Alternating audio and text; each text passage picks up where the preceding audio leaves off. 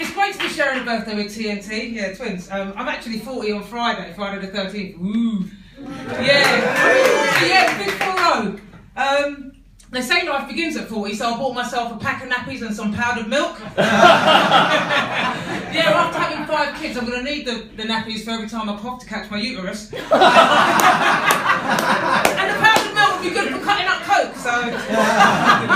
Did anyone see that Cannabis Drugs Live programme on Channel 4 the other week? Yeah, I was on it. I was on it looking for a handout. I mean, they had a big fish tank full of the stuff right behind me. Yeah, I mean, I was sitting there right behind Jon Snow. If you see some teeth like flashing in the background, that was me. Yeah, I mean, it was a very informative programme. I learned that you can smoke weed out of a plastic bag.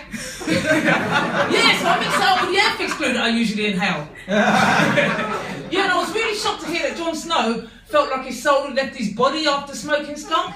I mean, it's a bit like me when I eat extra hot pepper. I feel like my body has left my soul, my arsehole. So, and you can feel that shit burning out of every orifice. Yeah, I mean, you can just imagine him reading the news. Jon Snow, soulless, empty shell of a man, presenting the news. Now over to my soul with the traffic news. It's like, hi Jon, soul here, high above the M25 and getting higher. Yeah, I mean, I wonder what drugs programs are going to make next. Are they going to make like Philip Schofield on crack cocaine? Or Willie Corbett does meow meow? Or Zainab Badawi testing ketamine. It's like, I am Zainab Badawi.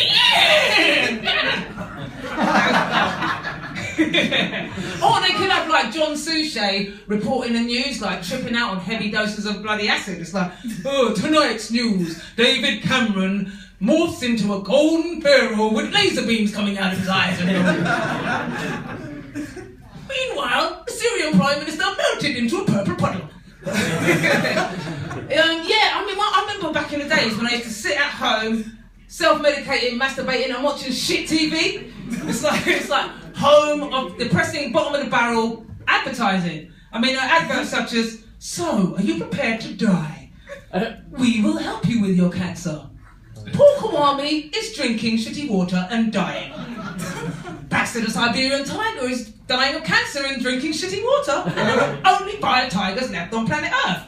I mean, all this bloody playing on the fear and guilt to wring a couple of quid out of me has just left me to pay my dealer more money, and I'm sure he hasn't got a problem with the dying cancer and shitty water thing going on. Yeah, I mean, he should have his own ad, like, Reds, the South London dealer, faces being badly beaten by Mr. Big. If he can't shift his copious amounts of cocaine, you can help him by paying £50 a day.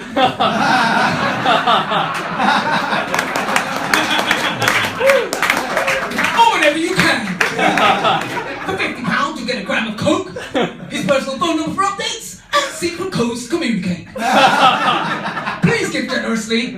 Go on, put a smile back on that face. I mean, the worst thing about those adverts is the ones with the little kids in distress. Little Miles, no one will help him now he's crying after being abused. And a full TV production crew will happily sit there and incite him to tears, and then film it as well. It's like, we gotta make this misery look real to highlight the plight of these kids. How about we burn his fingertips and spit on him?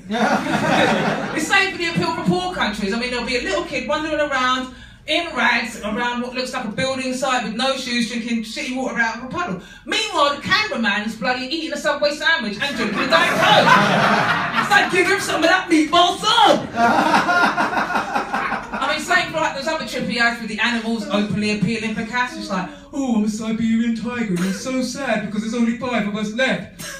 Oh, please give £3 a month and I'll send you a cuddly toy and write you letters giving updates. I mean, who has the brilliant job of writing these letters and what do they say? It's like, hey, Siberian tiger here, had a bit of a shitty day. Got chased by a bear, ate a rotten beaver.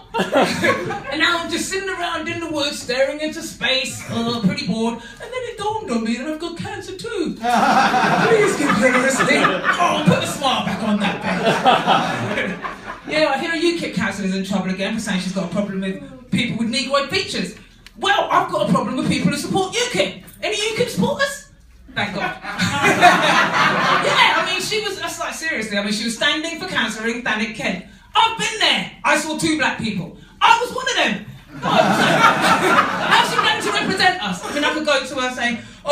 a problem with the council, with their parking on my estate, and a secretary would probably say, oh, there's someone here to see you about parking, councillor. Do they have negroid features? Yes, they have negroid features. What? Have they got fat lips, black noses and yellow eyes? God, it's getting ridiculous. People are getting so scared of black people now, it's like we're mythical creatures. It's like as bad as the Gruffalo. They have skin as dark as night. And teeth as sharp as daggers to eat you up and fill you with fright. God, I mean, she probably make her, she had a problem understanding me too. Oh, sorry, did you say boom, boom, aka, boom? What? Could you repeat yourself? Did you say shabba ding dong? It's like, oh, don't be a fucking counsellor. I mean, 30 years ago, a job in the police force would have suited you. Actually, a job in the police force would suit me now, actually. Anyway.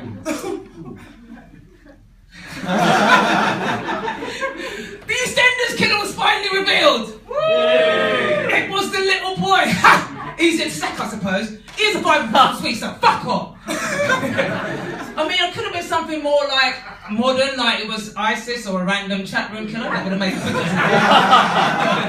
Or it could have been the spirit of Jack the Ripper, like randomly, like I don't know, randomly jumping from cast member to cast member. It's like cut to the scene with Dot walking through the mist with a top hat, poking a dagger in her hand and a weird look in her eye. I must kill again! God. Yeah, I mean, I know you probably think I'm going a bit too far, pushing the boat out a bit, but I think they pushed the boat out a bit too far by depicting the East End with predominantly white people. I mean, have you been to the East End? Yeah, I mean, I remember when they famously made the black episode. I mean, it should have been called the white episode, and that would have even been in Polish. Anyway, I freaking hate those, man. It's like basically people with no lives watching other people's fake lives. It's like, it's pretty shit. I mean, there's, you don't even have to watch religiously to know what's going on. I mean, just think sex, drugs, violence. But some soaps have been on so long that it's like an epic trawl through the complex web of character associations to get the gist of what's happening. It's like, Barry was married to Laura, who was murdered by Barry's father Gary, who was the secret love child of Laura's grandmother Sally. You've been great, thank you.